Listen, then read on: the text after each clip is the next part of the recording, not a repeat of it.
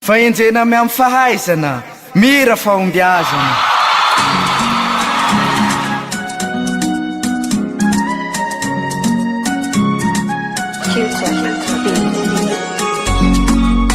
Akola ye, musique, nouveauté 100%.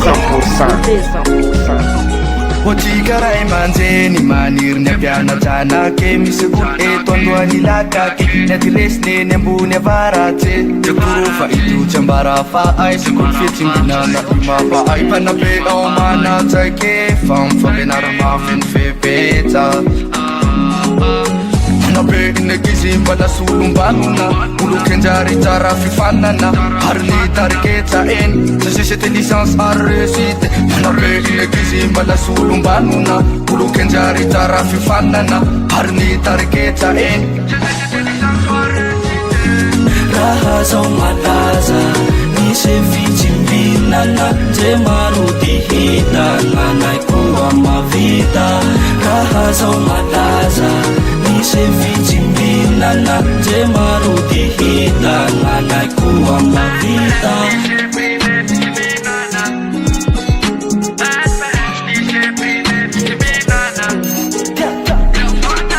FILAH El BIEF tiagnarako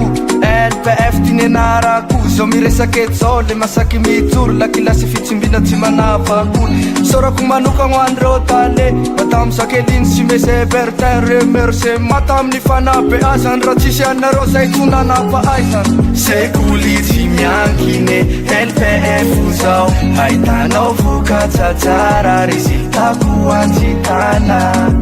katongava say soratsanarane fandova tsara indrindra tsy nafanifyanarane raha zao malaza misy fitsimbinana je maro dihita nanay koa mavita raha zao malaza misy fitsimbinana je maro dihita nanay koa mavita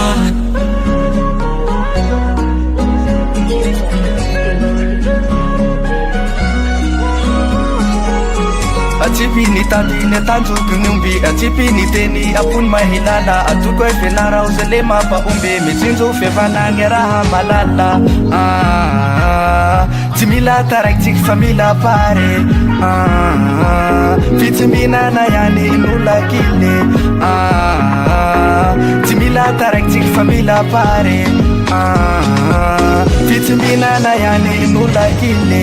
raha zao malaza misy fitsimbinana je maro dihita nanay koa mavita raha zao malaza misy fitsimbinana je maro dihita nanay koa mavita